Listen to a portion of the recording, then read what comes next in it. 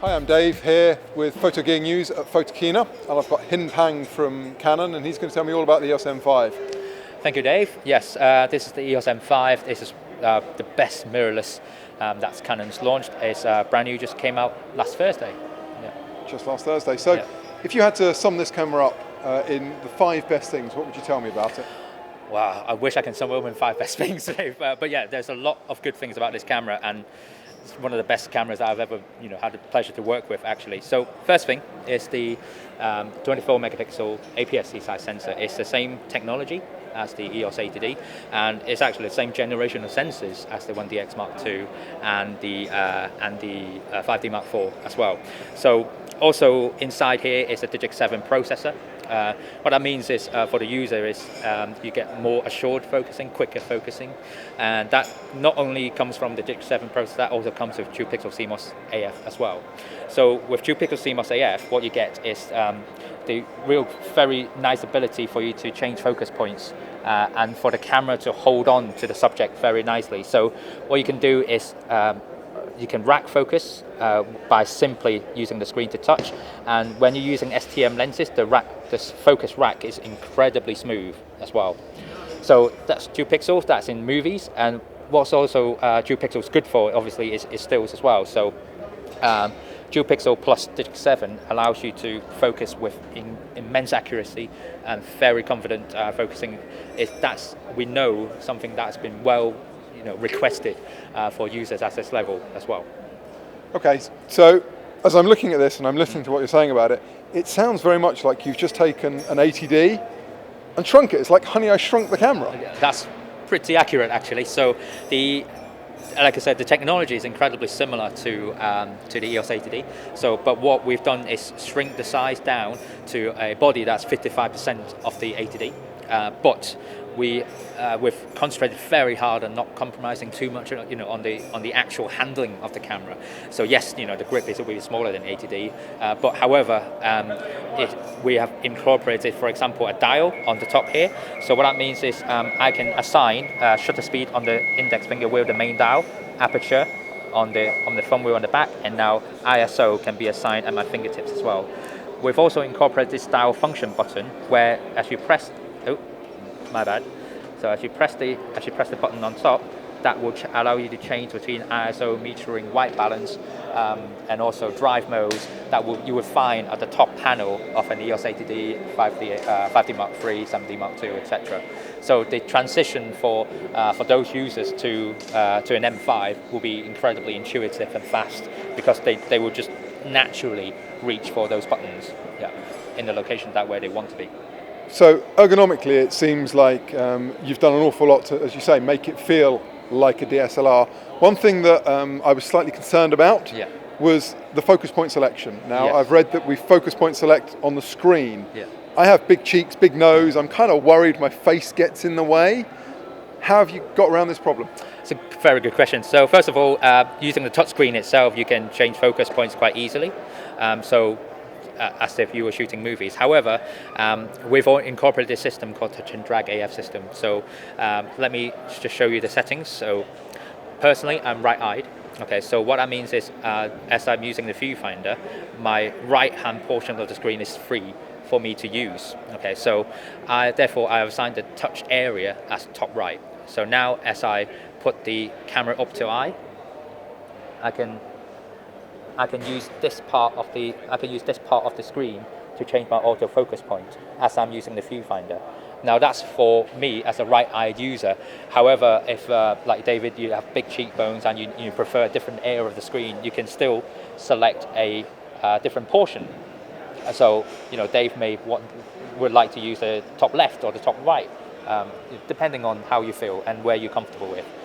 Another thing that you can change is the positioning, so how you actually drag or how you actually change the position of the autofocus point. So you can have absolute, where the whole screen is a mimic of the EVF itself, or you can have relative, where as if you are using a mouse and then you drag and you move, you lift and you drag again. So it's a sort of like a mouse operation, similar to a touchscreen on maybe a smartphone as well.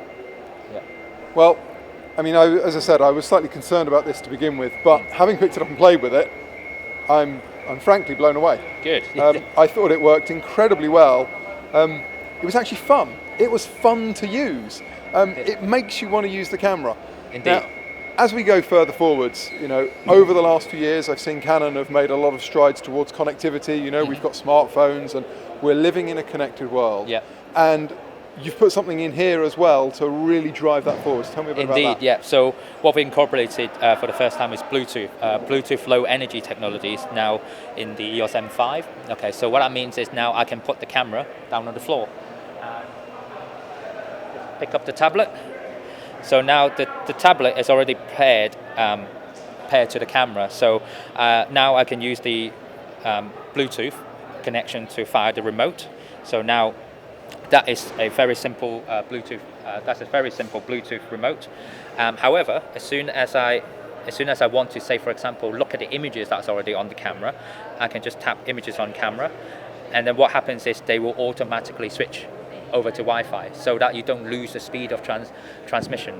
Once you hooked onto the Wi-Fi as well, you will also get the live view shooting and everything like that as well. With this connectivity, what you're saying is I could put the camera on top of a pole and I could still control it.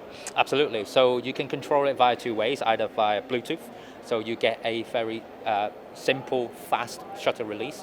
You can also use it to release the start and stop the movie as well. Or you can go full Wi-Fi connection and you get a live stream out of the camera as well.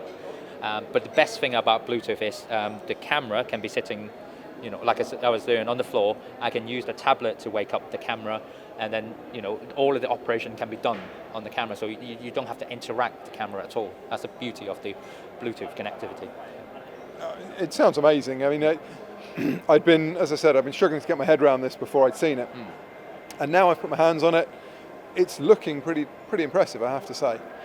I think we could arguably say Canon are kind of late to the market with a compact system camera, but it really feels like you've put a lot of thought into this, taking your time, and I'm interested to see where it's going to go. Indeed, you're right. You're right. We have taken our time, to build this beautiful compact camera that is great for the photographers and videographers out there who needs a reliably solid camera that gives them the shot, basically. So dual pixel CMOS AF, Digic 7, helps them focus so well, and also in movies, just the dual pixel CMOS AF allows them to capture incredibly great focus racks easily. And also, don't forget, the camera has a in-camera 5-axis IS. So as I'm using even using this 22mm pancake, which is non-stabilized, I can start shooting movies, and it'll be incredibly steady as I move around. Yeah, so I'm just hand holding at the moment, so you see the frame is absolutely rock steady as I move around the screen. And this will be further enhanced by lenses with optical IS, and further enhanced again if you put an 18-150, which is our new kit lens, and a 15-45 on top of it as well. So IS and dual pixel CMOS AF just allows the videographers who are starting up, and also trying to dabble with manual creative movies, then these are great features for you to have. Just one, I guess, slightly tough question about movie. No 4K? No, there is no 4K. Like I said, we want to make sure we give the customer the best quality and the best usable Full HD movie. So Full HD movie is in 60p, is 35 megabits per second MPEG-4. You do allow to put your picture styles on top of it. So if you do need to do some post-processing, you can put many of the cinematic style profiles onto the camera. Also, like I said, in-camera 5-axis IS and dual pixel CMOS AF. Those are the technologies that helps you get good-looking footage, definitely. Perfect. Okay. Well, the final question, the big crux is price and availability. When can we expect to see them, and how much are they going to cost us? Yes. So the price is 1129 euros, and you're expecting to see them November, end of November. End of November. Perfect. And I believe you mentioned something about the early shipments. Yes, that's right. So the adapters, the adapter for you to use the EF lenses with the camera will be shipped with the camera at the early stages of the shipments. Okay, so almost like a pre-order bundle or first shipment bundle type thing. You're going to get the adapter. That's right. So you can use the 80 plus EF lenses that we have available. So you can adapt all of them onto your EOS M5, and you've no loss in speed or image quality. Perfect. Amazing. Thank you very much. Great. Thank you, David.